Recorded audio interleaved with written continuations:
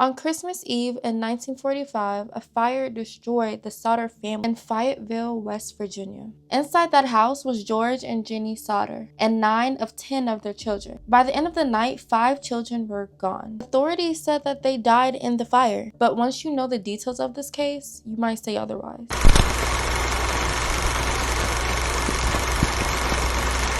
Hey guys, welcome back to my channel. It's Jessie May. Today we're going to be talking about the Sodder family. I don't want to talk too much, so give this video a like. Hello. George and Jenny Sodder, they were hardworking parents. George, he owned a business. He provided for his family. There was no record of abuse. There was no history of neglect. Mind you, this is 1945. Keep that in mind. On Christmas Eve, 5 children decided to sleep upstairs. Maurice, who was 14, Martha, 12, Louis, 9, Jenny, 8, and Betty, 5. It was around 1 a.m. and out of nowhere, Jenny and George, they heard something and their house busted up into flames. Jenny and George, they were able to escape the fire. They had 9 kids in the house and only 4 got out. The rest of the 5 children were upstairs. George, being the good father that he is, he was like, the rest of my kids are in that house. I'm finna go get them. When he got in the house, the staircase was on fire and there was no way he could have gotten his children. So then George, he rushed outside and he went to go grab his ladder, but he realized his ladder was gone and it was not in the same place that he placed it in, right? Then George, he thought of the idea, okay, let me get my truck so I can stand on it to reach my children. When George tried to start his truck, it was not starting. But what do y'all think? Don't you think that's a little strange? Like,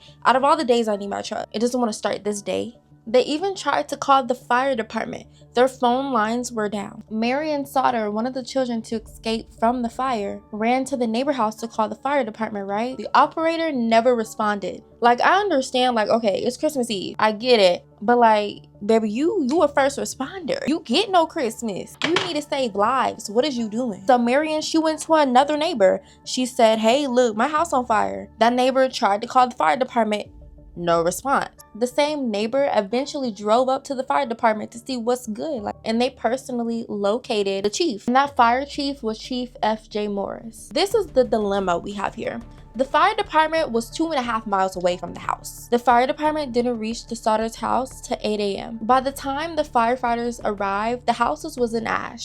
Authorities searched the debris for remains, but nothing was found, y'all. Whenever someone gets cremated, the bones are still there after. The flesh burns. So if those children were still in that house, the bones will be there, but there were no bones. And there were some house appliances that were found in rubble, meaning that not everything was ash. They said that the cause of the fire was bad wiring. And I don't believe that, because in November, mind you, the fire happened in December. In November, the father, George, he got his house checked out and they said that the wiring and everything is fine. So now it's December, all of a sudden you want to switch up, say my wiring is bad in my house. Death certificates were issued, they closed the case. George and Jenny, they did not believe none of that. They said something happened to my kids and they were not in that house. And you can't blame them. There were no bones, no anything found after the fire. And you expect me to believe that my children died in the fire? The theory is that these children are still alive. And here are some interesting facts that support that. George, he immigrated from Italy. George was very outspoken in the Italian community and he had very strong opinions about the Mussolini.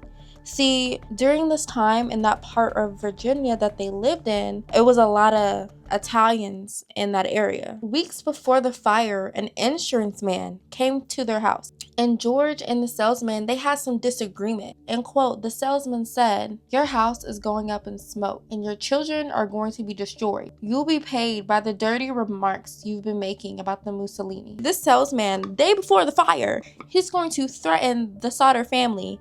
And then boom, a fire. Then the fire department don't want to pick up the phone, want to take forever to get to the house. Baby, that sounds like a setup. You're gonna be like, Jess, this kind of do sound like a setup. I'm gonna spill the beans. Before the fire, 2 of the Sodder sons saw a man watching the younger children walking home from school. Jenny, the mother, she received a strange call at 12:30 a.m. Remember when I said that they said the fire was caused by bad wiring, right? Well, if the wires were bad, why would the lights still be on? Jenny noticed the lights were on downstairs. She also heard a loud bang on the roof. Then around 1 a.m., she started to smell the smoke. Witness later claimed to see a man removing a black tackle, a tool used to work on engines. For both of George's engines failed that night. Jenny even went to the place where you get cremated, and she asked the employees. They told her bones remain even after bodies are burnt at 2,000 degrees Fahrenheit for 2 hours. The Sodder family home was burning less than that. Multiple people have been saying that they have seen the 5 Sodder children. A woman claimed that she saw the children in the car while the fire was still going. Then there was this other woman who worked at this tourist spot, said that she saw the 5 children and she served them breakfast. A hotel employee in Charleston reported seeing 4 children with 2 men and 2 women of Italian descent. She said that she tried to talk to the children, but the adults refused to let that happen, so she just left it alone. In 1947, George and Jenny, they just had enough. They knew that their children did not pass away in that fire. So they went to the FBI. The FBI offered to help. So the FBI went to the local police department as well as the fire department, and they both refused to help. I don't know what is going on in this town. Like, nobody is doing their job, and that's so aggravating. And the FBI, they couldn't really do anything. I mean, what else can they do?